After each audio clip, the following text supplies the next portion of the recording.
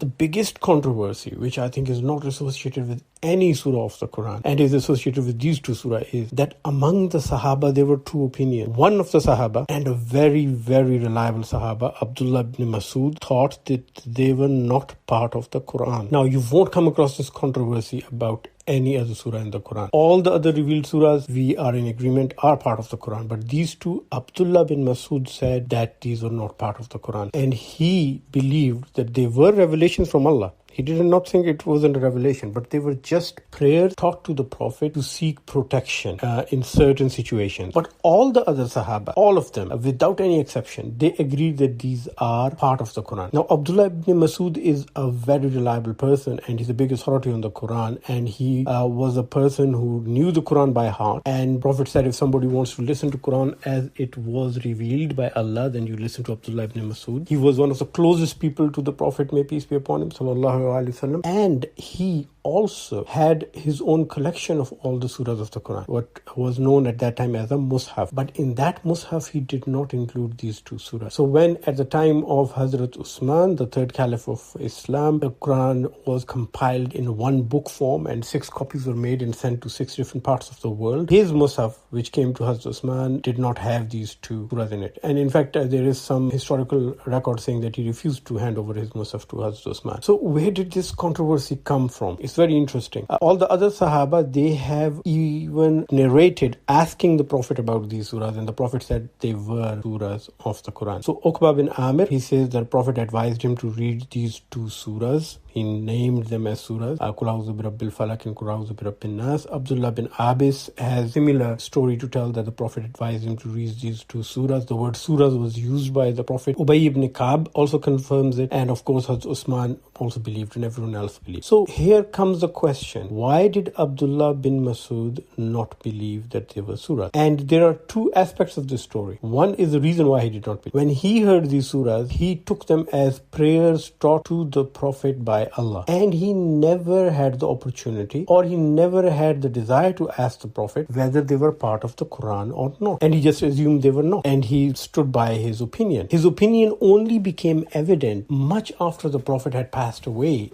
and the Quran was being compiled in a book form. That was the time when the Sahaba sat together and they compiled it in a book form, and he raised his voice and said, I don't believe these two surahs to be a part of the Quran.